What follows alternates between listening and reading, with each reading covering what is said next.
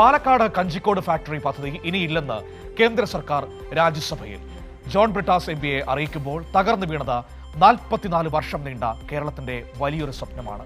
Parliament സ്തംഭിപ്പിച്ചിട്ടും വിവിധ കമ്പനികളെ പങ്കാളികളാക്കിയിട്ടും കേന്ദ്രം മുഖം തിരിച്ച പദ്ധതിയാണിത്.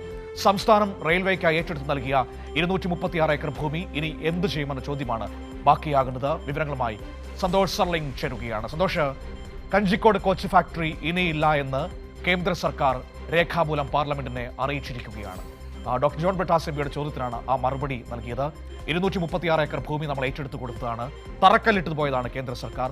അന്ന് തറക്കല്ലിട്ടുമ്പോൾ അതിനോടൊപ്പം തറക്കല്ലിട്ട സോണിയാഗാന്ധിയുടെ മണ്ഡലത്തിൽ കോച്ച് ഫാക്ടറി യാഥാർത്ഥ്യമാവുകയും ചെയ്തു.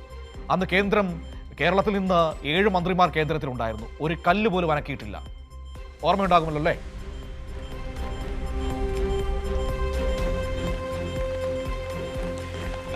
Manu, good morning. മനു പറഞ്ഞതുപോലെ തന്നെ പറഞ്ഞു പറ്റിക്കലിൻ്റെ വലിയൊരു ചരിത്രമുണ്ട് ഈ കഞ്ചിക്കോട് കോച്ച് റെയിൽവേ ഫാക്ടറിക്ക്. 1981 മുതലുള്ള ചരിത്രമുണ്ട്.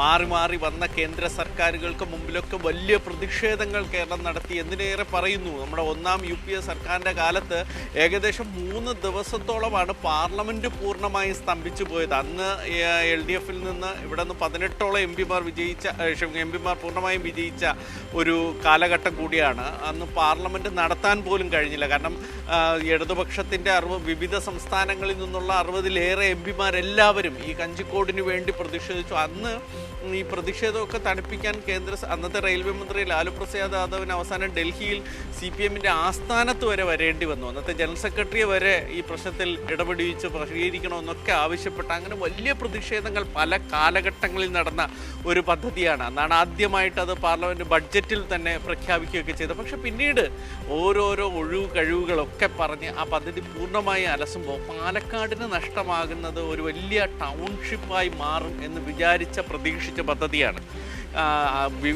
നമ്മൾ LDF സർക്കാർ തന്നെ റെയിൽവേക്കായി 236 ഏക്കർ ഭൂമി അതിന് ഏറ്റെടുത്തുകൊണ്ട് ഇപ്പോൾ ആ ഭൂമി കാട് പിടിച്ച് കാട്ടാനകളുടെ വിരഹ കേന്ദ്രമായി സാമൂഹ്യ വിരുദ്ധരുടെ താവളമായി മാറിക്കിടക്കുന്നു. അതാണെങ്കിൽ കണ്ണായ സ്ഥലം എന്ന് തന്നെ പറയാവുന്ന ഒരു പ്രധാനപ്പെട്ട റെയിൽവേ ലൈൻ അതിനടുത്തൂടെ പോകുന്നുണ്ട്, ദേശീയപാത അടുത്തൂടെ പോകുന്നുണ്ട്. അതാണ് ഒന്നും ചെയ്യാനാകാതെ കിടക്കുന്നത്. ഏറ്റവും അവസാനം MB രാജേഷ് MP ആയിരുന്ന സമയത്ത് സ്റ്റീൽ അതോറിറ്റി ഓഫ് ഇന്ത്യയൊക്കെ ഇതിൽ ഉൾപ്പെടുത്താൻ ശ്രമിച്ചു. കാരണം എന്താ വെച്ചാൽ അതിനു മുമ്പ് കേന്ദ്ര സർക്കാർ പറഞ്ഞത് കഞ്ചിക്കോട് ഞങ്ങൾ അലുമിനിയത്തിൽ നിർമ്മിക്കുന്ന കോച്ച് ഫാക്ടറികൾ ഉണ്ടാക്കും എന്നതാണ്, ഗുണനിലവാരമുള്ള. അങ്ങനെയൊക്കെ പറഞ്ഞപ്പോഴാണ് എന്നാൽ സ്റ്റീൽ അതോറിറ്റി ഓഫ് ഇന്ത്യയെ അതിൽ ഉൾപ്പെടുവിക്കാനുള്ള ശ്രമമൊക്കെ നടത്തി. അവർക്കും താല്പര്യം ഉണ്ടായിരുന്നു. പക്ഷേ കേന്ദ്ര സർക്കാരാണല്ലോ അവർക്ക് മുകളിലുള്ളത്, അവരെ പെർമിഷൻ കൊടുക്കണമല്ലോ. അങ്ങനെ അതുപോലും ലാപ്സ് അങ്ങനെ എല്ലാ തരത്തിലും ഭൂമി ഏറ്റെടുത്ത് നൽകി. പിന്നീട് അത് സ്വകാര്യ മേഖലയിലൊന്ന് പോയപ്പോൾ നമ്മൾ വീണ്ടും സംസ്ഥാന സർക്കാരുകൾ ബലം പിടിച്ചു. അങ്ങനെ ആ പൈസ വരെ വാങ്ങിച്ചെടുത്താണ്. പക്ഷെ എന്നിട്ട് പോലും പദ്ധതി ഒന്നും ആകാതെ പോയി. ഇനി അങ്ങോട്ട് അങ്ങനെ ഒരു ഫയൽ തന്നെ സമയം കൊണ്ട് ഞാൻ ഇടപെടുകയാണ്. കാരണം 8:57 ഗുഡ് മോർണിംഗ് കേരള അവസാനിപ്പിക്കാൻ സമയമായി.